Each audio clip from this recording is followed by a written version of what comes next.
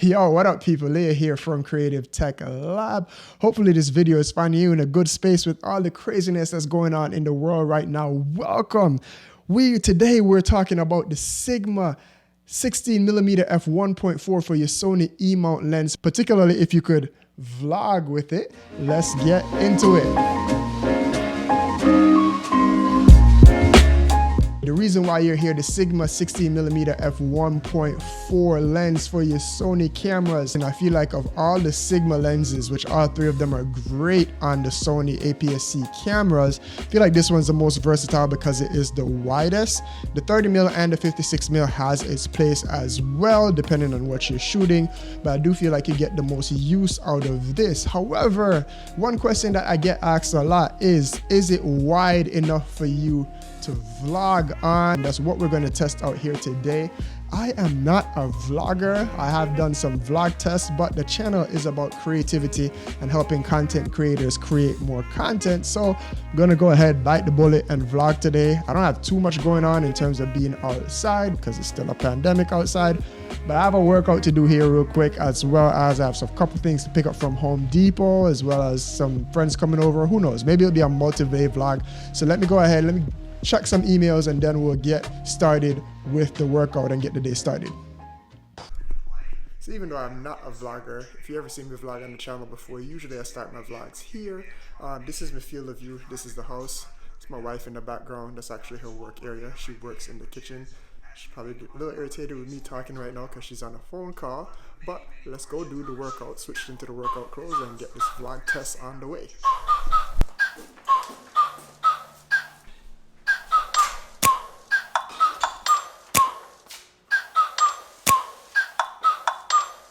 Like, ride with me if you ride with me, you can slide with me if you feel like 550 on the 5 sticky, come get high with me, that's a deal, right?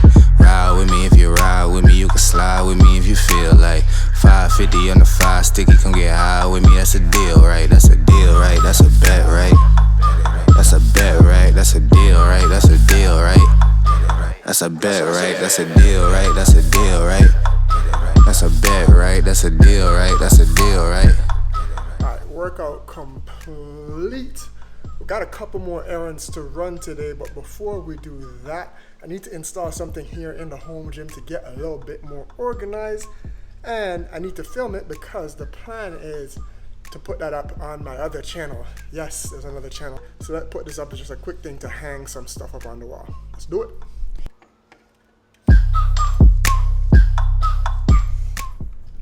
So womp womp womp. Started putting it up. I realized I don't have all the screws. I need 8 screws and I only have 2. So it looks like we're gonna have to make a trip to Home Depot to get some more of these right here. So let's get on. Let's go take a shower from this workout, and then we'll make a trip over to Home Depot. Actually, it's a good thing because I actually need to get some more stuff to install, some more stuff for this home gym. So let's get to it.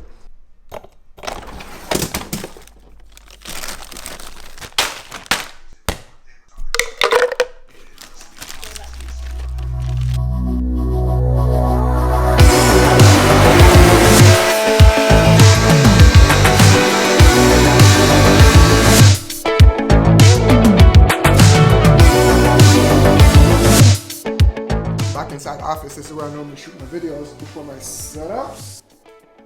There you go, a little bit of background light just to hit that separation. I don't have on my fill light that I normally would there. Looks a little bit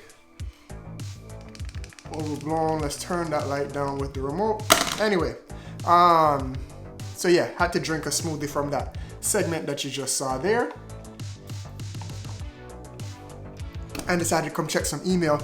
Aside from, on my note though, aside from vlogging being really hard and trying to get all those angles, but another thing, and one of the drawbacks is because it's a fixed lens and it's a prime, you don't have any zoom range, so you have to keep moving the camera around to set it down on certain things. And when you're out vlogging, depending on how controlled your environment is, that may be a little bit tougher to place the camera onto something. The hack for that though is to use clear image zoom which is one of the best features on the Sony cameras. Link up here if you don't know what it is that I'm talking about, but it allows you to punch in with little to no loss 1.5 times at 4K and 2 times at HD. So put that to your use if you're using this lens. Gonna check a couple emails and then we're gonna run out to Home Depot. So I guess we'll just vlog the whole day and then we will give you my full results of can you vlog with the Sigma 16mm f1.4 at the end of this video. Let's go. Alright, so things took a little bit longer. Anyway, had to get on a call, a couple of different calls, send out some more emails. Now we're heading over to Home Depot, but vlogging is hard, guys. You gotta remember the ND filter, you gotta do all this stuff, you gotta walk and talk. And if you were to film stuff like how Cody or Casey does, ooh, those highlights in the background though. Like, I would have to like put this in the car and then open it up and then do it like over and over and over and over and over again, and I'm not doing that today. But this setup is pretty awesome. Wide enough to me, and now we're underexposed. Wide enough for me, and it's lightweight enough to hold on a GorillaPod with your mic setup and all that stuff. Definitely awesome. Some people are always worried about the shaky cam. As I mentioned, Casey Neistat, as he says, learn to hold the effing camera straight. If you do that, you're pretty good. We'll do a little walk-in test after this. Let's go to Home Depot and pick up the stuff that I need to pick up. Hey, Bill, I'm in the mood for a switch up. I hit the function, hit the rose till I hiccup. I hit the stage and leave with money that's a stick up. She picture perfect. Alright, so we're here at Home Depot. I'm not the handiest of person, so Home Depot is not my favorite store. Anyway, we're here. As you could see with me holding this is enough to vlog on. You could see me, you could kind of see the background of the car. We'll get a little bit more. It's kind of also weird vlogging in a pandemic, but vlogging is hard, guys. Like, I actually just shot this entire talking head right here in the car and shot it in 120 frames per second because that's what I was shooting the B-roll in. I feel like you have to remember so much stuff, but if you're watching this video, that means you want to be a vlogger or you're thinking about doing some form of vlogs in some way, shape, or form. It's not easy, but you should be applauded for your efforts. Anyway, this is the focal length. This is what you could see here in the car. A lot of people vlogging their cars.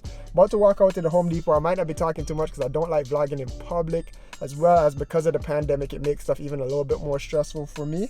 But we're gonna walk and talk just a little bit so we could see what it is it looks like. You can see the background in this parking lot, as well as I'm on the A6400. There's no stabilization in this lens or in the body, so you could see how shaky it is and you could be determinant whether you think you like it, and then we'll recap when we get back home. Let's go. Alright, don't have a very long walk inside, but this is what my background looks like.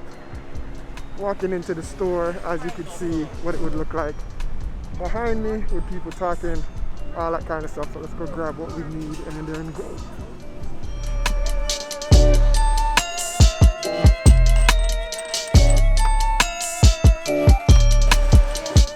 Alright, so I got everything I need. Ooh, that's still a little bit bright. Let's stop that down a little bit more.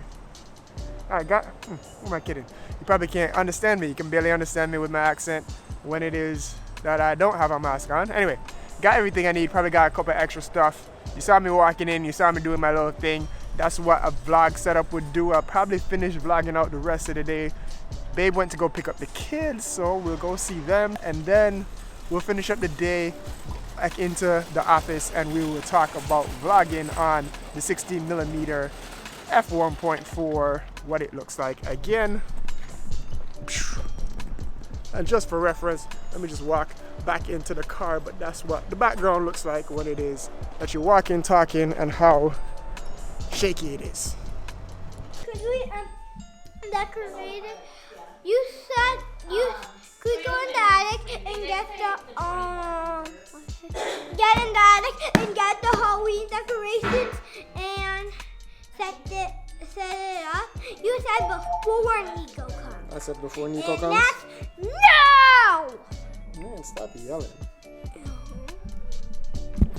So I guess that means I need to go up into the attic and get the Halloween decorations. not on the plan.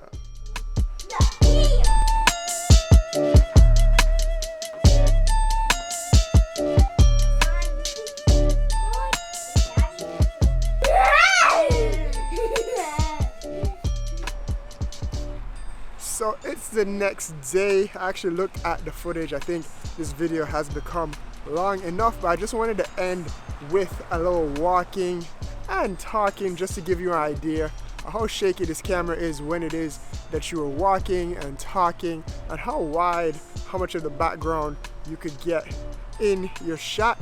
I think it's good enough to walk and talk and vlog. 100% wide enough. It's not as wide as you'd want it to be, but it is good enough to get stuff done.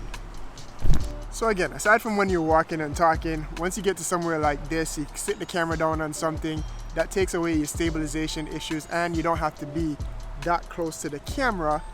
I think it's good enough. Again, I get some nice background separation. As you can see from my image, I got a tack sharp image with great image quality, so I think that supersedes everything else. The only other drawback is the fixed focal length, and like I said earlier in the video, if you use clear image zoom, you're getting somewhere between 24 all the way up to 36 in 4K and up to 48 in HD. So verdict on this lens for vlogging: 100%. You could use it, and then you could use it for a whole bunch of other stuff with some wide angle photography or videography, street, all of that stuff. Anyway, this is the first in a series of videos featuring the 16mm f1.4 lens on the channel. So hit that subscribe button, hit the notification button. If you like this video even just a little bit, go ahead and drop it a like, as that helps us create more videos here on the channel. And if you're thinking about getting the lens, link down below, that also helps us out there.